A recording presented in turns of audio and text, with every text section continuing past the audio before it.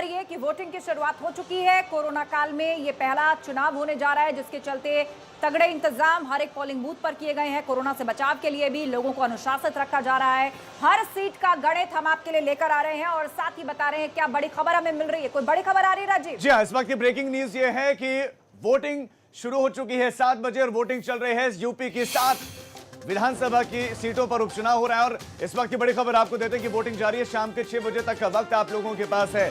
शाम को 6 बजे तक मतदान होगा। बेहद कड़ी सुरक्षा के बीच में वोटिंग चल रही है। ये बड़ी खबर आपको देते हैं कि वोटिंग चल रही है। 7 बजे वोटिंग शुरू हो चुकी है। 7:32 हो गया, यानी कि 32 मिनट हो गया है।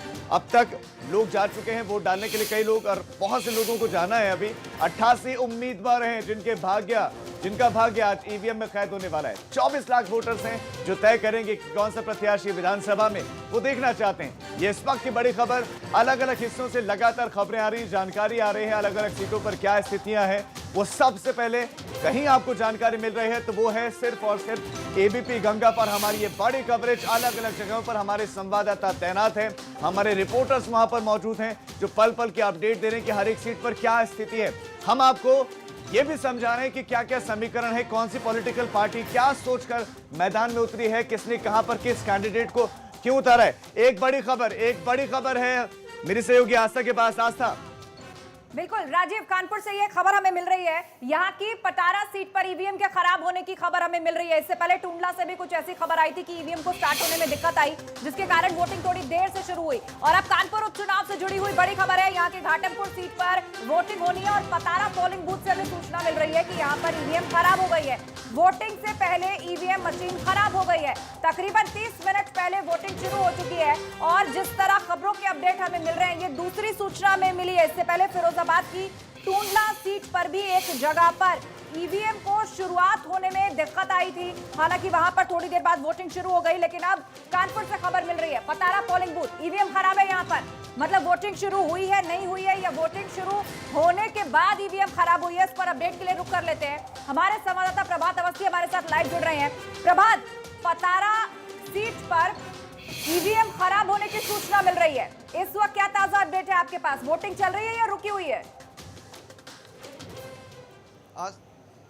आस्था, आपको बताना चाहूंगा कि घाटमपुर विधानसभा में उपचुनाव के लिए वोटिंग चल रही है। सुबह से मतदान जो है वो 7 बजे से शुरू हुआ है, लेकिन अगर कुछ जगहों की बात की जाए तो लगातार शिकायतें आना शुरू हो गई, क्योंकि तैयारियां जो है वो कहीं ना कहीं अधूरी रह गई हैं और यही वजह है कि ईवीएम जो है वो खराब होने की शिकायत आ रही है। हम इस वक्त जो गांधी विद्यालय है वहाँ की पोलिंग में मौजूद हैं और लगभग 34 मिनट का वक्त बीत चुका है और यहाँ की कक्ष संख्या 3 की जो ईवीएम है वो अभी तक नहीं सही हुई है। हालांकि जो यहाँ पर अधिकारी है वो लगातार उसको ठीक करने का प्रयास कर रहे हैं और यहाँ पर आधे घंटे बाद अब जो मतदाता है वो यहाँ पहुंचेंगे तो साफ है कि चाहे पतारा हो या फिर गांधी विद्यालय हो, यहाँ पर लगातार ईवीएम जो है उसकी खराब होने की शिकायत आ रही है। लोग जो है काफी देर से लाइन में लगे हुए हैं यहाँ पर, क्योंकि जिस तरह से लोगों को जागरूक किया जा रहा था कि लोग घरों से निकले और अपने मतदान का प्रयोग करें, लेकिन जो ईवीएम मशीन है वो खराब होने के चलते जो लाइनें हैं वो लग गई हैं, तो साफ है कि तैयारियां जो हैं उसमें कहीं ना कहीं कमी बेसी है। तो वहीं अगर अभी फिलहाल जो पीठासीन अधिकारी उनका कहना है कि लगातार जो टेक्निकल टीम है वो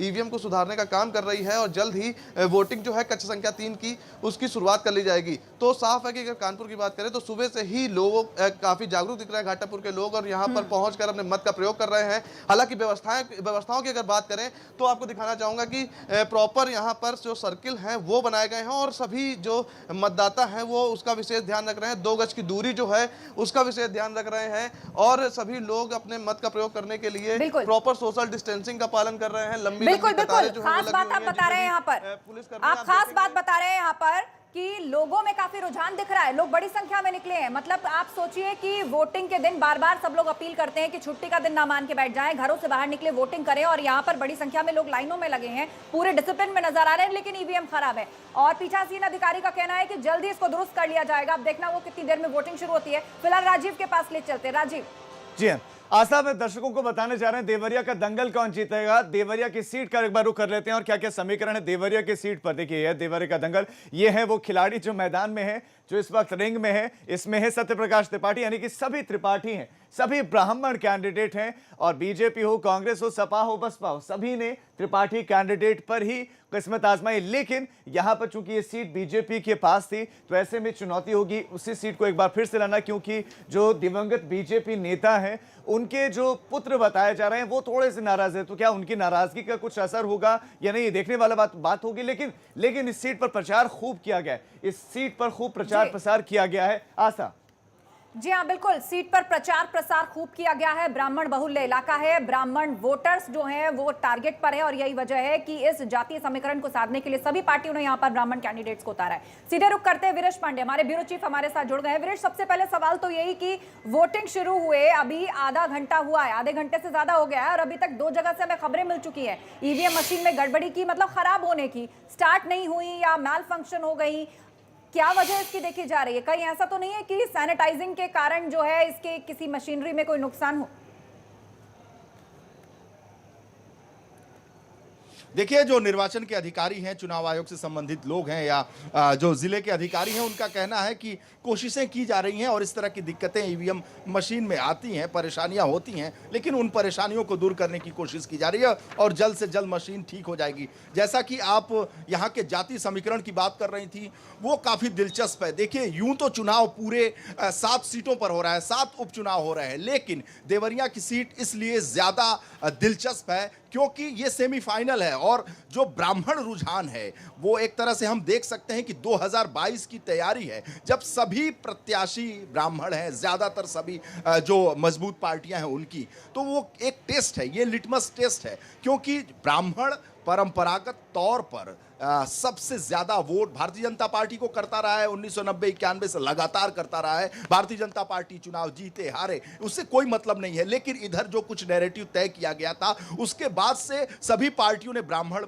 उम्मीदवारों पर दाव लगाया है। एक तरह से 2022 का ये लिटमस टेस्ट है, सेमीफाइनल है, और ये कोशिश की जा रही है कि, और ये टेम्परेचर नापने की कोशिश की जा रही है कि एक जो बड़ा चंक है, देखिए उत्तर प्रदेश में भारतीय जनता पार्टी को ब्राह्मण मतदाता वोट करते रहे हैं, लेकिन 13% ब्राह्मण हैं और 7%, ध्यान रखिएगा, 7% उनमें यह ताकत है कि वो वोट को इधर से उधर कर देते हैं। यानी 20% इतनी मजबूती उनके पास है कि 20% वोट को वो प्रभावित करते हैं। इसलिए सभी लोगों ने यहां पर ब्राह्मण मतदाताओं पर दांव लगाया है और साथ ही प्रत्याशियों को खड़ा किया है। लेकिन एक टेस्ट है ये, इसे समझना होगा कि ये सेमीफाइनल है। अगर हम इसे उपचुनाव को सेमीफाइनल मान रहे हैं 2022 का, तो ये दिलचस्प मुकाबला किधर जा रहा है, एक बड़ा चंक ब्राह्मण मतदाता किधर जा रहा है, उसको भी दिखाएगा कि आखिर समाजवादी पार्टी दांव लगा रही थी परशुराम की मूर्ति लगाकर, बसपा ने सतीश चंद्र मिश्रा को उतार दिया भाईचारा कमेटी मतलब बनाकर, और यकीन कांग्रेस को दिलाने में प्रियंका गांधी और राहुल गांधी रुद्राक्ष पहने और मंदिर